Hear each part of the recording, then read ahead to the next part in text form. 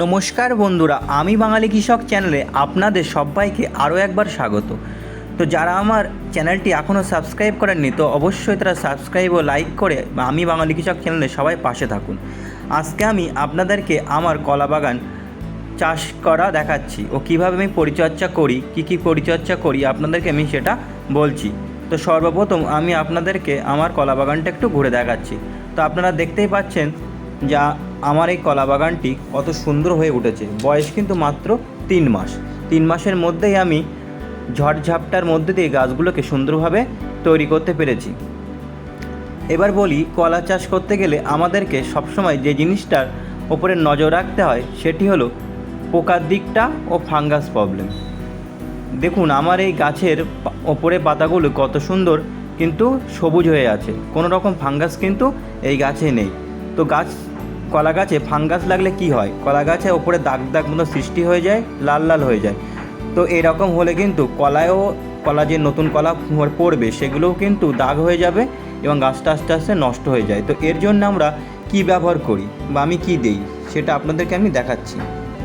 ঘরদা কোম্পানির রঙ্গিলা, এটি আমি 15 লিটার ব্যারেলে 25 ml দিয়ে স্প্রে করে দিই।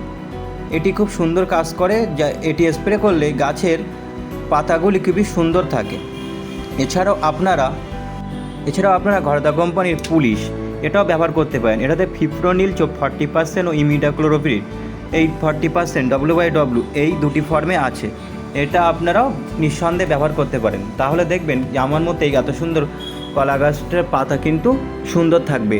এছাড়াও আপনারা যদি মনে করেন যে খুবই গাছটা পচনশীল মতো হয়ে গেছে, যে গাছের পাতাগুলি পচে পচে যাচ্ছে, তাহলে আপনারা একটি জিনিস ব্যবহার করবেন, দেখবেন খুবই মারাত্মক কাজ করবে। সেটি হলো বায়ার কোম্পানির নেটিভো। এটি 15 লিটার জলে 15 ml মিশিয়ে স্প্রে করে দেবেন, খুবই ভালো কাজ করবে। এরপর বলি, বর্ষাকালীন সময়ে আপনারা যখন বৃষ্টি হবে, বৃষ্টির পরবর্তী পর্যায়ে আপনারা গাছের গোড়ার দিকটাতে ফিরোডন বা কার্বোফিউরান গাছের গোড়ার দিকটাতে ছড়িয়ে দেবেন। এর ফলে পোকার আক্রমণ কিন্তু অনেকাংশেই কম থাকবে।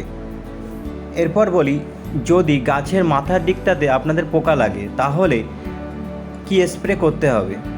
প্রথমে কম দামের মধ্যে একটি কীটনাশক আপনাদেরকে বলছি, যে এটি স্প্রে করলেও কিন্তু অনেক সময় পোকা অনেক কমে যায়।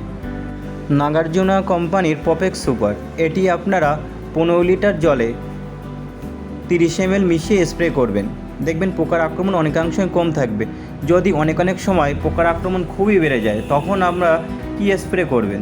যদি পোকার আক্রমণ খুব বেশি বেড়ে যায় তাহলে আমাদের একটু ভালো কীটনাশকে যেতে হবে। সেটি হলো ডিউপয়েন্ট বা কোরাজেন, FMC কোম্পানির কোরাজেন। এটা আপনারা পার লিটার জলে 0.4 ml হারে মিশিয়ে স্প্রে করবেন, দেখবেন খুবই ভালো কাজ করে। এটা আপনারা সাধারণত বিকালের টাইম স্প্রে করবেন, যেহেতু বর্ষাকালীন সময় আপনারা একটু ভালো সময় বুঝে স্প্রে করবেন, যে সময় বৃষ্টিটা হবে না, বা যদি বৃষ্টির আক্রমণ বৃষ্টিটা যদি খুবই বেশি হয়ে যায় তাহলে একটু সময় বুঝে আপনারা আঠা মিশিয়ে স্প্রে করে দেবেন, তাহলে কিন্তু পোকার আক্রমণ কিন্তু অনেকাংশেই কমে যাবে। তো বন্ধুরা, পরবর্তী পর্যায়ে আপনাদেরকে আমি কলা চাষের কী পরিচর্যা করব সেগুলোও দেখাবো।